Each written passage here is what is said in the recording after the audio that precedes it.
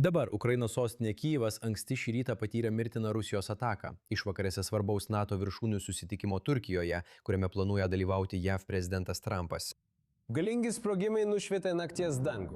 Dešimtys balistinių raketų, šimtai sprogstamųjų dronų smogė sostinės dalims. Pranešama, kad kai kuriais duomenimis mieste žuvo mažiausiai 14 žmonių, dar 6 aplinkinėse teritorijose. Dešimtys buvo sužeisti. Ukrainos prezidentas Volodymyras Zelenskis vos prieš kelias valandas buvo perspėjęs, kad Maskva, kaip jis sakė, ruošia naują masinį smūgį.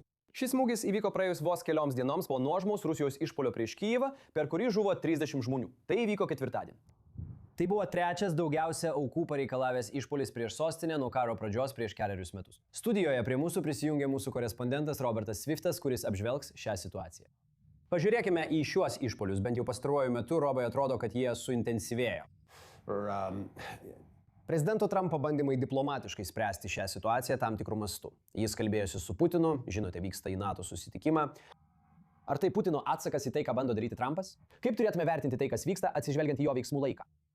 Dažnai pastebima, kad Rusija savo atakų laiką derina prie tam tikrų politinių, diplomatinių įvykių ir atrodo, kad šiuo atveju yra būtent taip.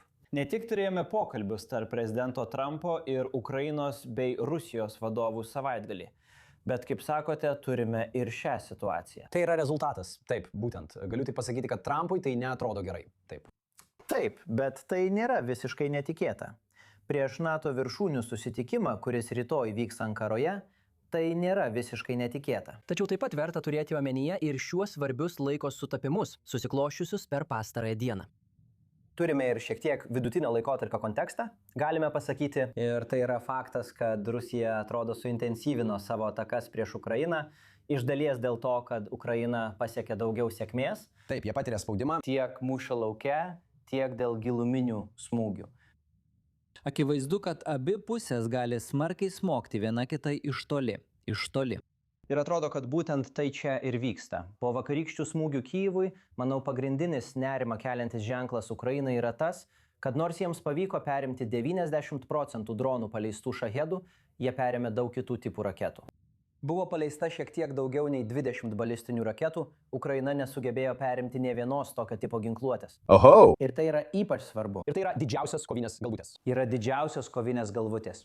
Ir jos taip pat atskrenda balistiniu kampu. Tai reiškia, kad smūgis gali būti daug stipresnis, kai pataiko į taikinį. Šios ginklus ypač sunku perimti.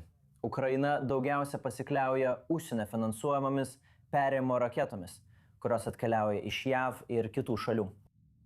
Faktas, kad nė viena iš jų nebuvo perimta, yra rimtas ženklas Ukrainai. Tikėtina, kad rytoj NATO viršūnių susitikime jie į tai atkreips dėmesį ir sakys, žiūrėkite, mums reikia šių ginklų sistemų, kad galėtume apsaugoti savo piliečius, kad galėtume apsiginti nuo tokio tipo atakų.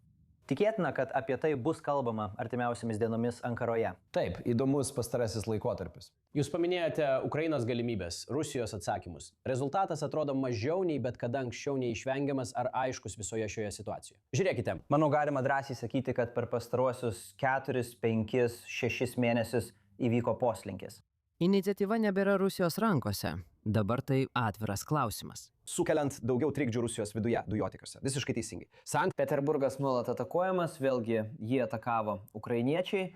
Kaip jau minėjau, ukrainiečiai iš esmės sukūrė savo pačių giluminio smūgio pajėgumus. Galbūt pasaulinio lygio pramonė. Šiuo metu jie tikriausiai yra vieni geriausių pasaulyje. Žinoma, kalbant apie efektyvumą, ginkluotės sistemos kainą, Ukraina negali padaryti to, ką gali Jungtinės valstijos. Tačiau tai, ką ji gali padaryti, kainuoja tik dalį tos kainos. Ir tai turi savo pranašumą. Tai patraukia visų dėmesį. Turiu omenyje, manau, kad NATO viršūnių susitikime jūs teisus. Yra didelis susidomėjimas intervencija Ukrainoje. Ypač po to, kai Ukrainos pareigūnai apsilankė Persijos įlankos valstybėse po karo čia, artimuosiuose rytuose. Mes žinome kaip.